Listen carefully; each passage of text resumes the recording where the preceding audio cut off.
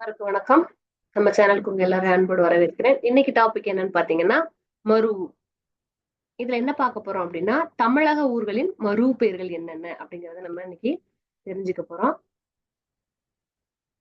மருவு அப்படின்னா என்ன அப்படின்னு தெரியாதவங்களுக்கு நான் மொத்தம் சொல்லிக்கிறேன். மருவுனா மருவிய பெயர். சரியா? நம்ம பேசும்போதோ நம்ம சொல்லும் போதோ எல்லா சொற்களையும் எல்லா இடங்களிலையும் முழுமையான வடிவத்துல பயன்படுத்துறதே கிடையாது. சரியா?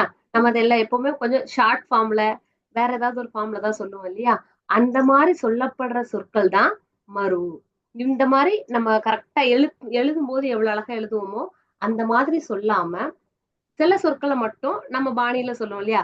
இந்த மாதிரி இலக்கண நெறியிலிருந்து பிறழ்ந்து சிதைந்து வழங்கும் சொற்களை தான் நம்ம மருன்னு சொல்லுவோம். சரியா? இலக்கண நெறியில இருந்து பிறழ்ந்து சிதைந்து வழங்கும் சொற்கள், அதாவது மருவி சொன்னேன் இல்லையா? இந்த மருவி வர்ற பெயர்களை தான் மருவுன்னு சொல்லுவோம். இந்த மாதிரி தமிழக ஊர் சில ஊர்களின் பெயர்களை நம்ம இன்னைக்கு தெரிஞ்சுக்க போறோம். இந்த கொஸ்டின் வந்து எப்படியும் 1 or 2 மார்க்ஸ் 3 மார்க்ஸ் கூட கேட்கறதுக்கான வாய்ப்புகள் நிறைய இருக்கு டிஎன்பிஎஸ்சி எக்ஸாம்ல. வாங்க நம்ம அது என்னன்னு பார்க்கலாம். திருநெல்வேலி அத நெல்லைன்னு சொல்லுவாங்க. கோயம்புத்தூர் கோவை, தஞ்சாவூர் தஞ்சை, காஞ்சிபுரம் காஞ்சி, கும்பகோணம் குடந்தை,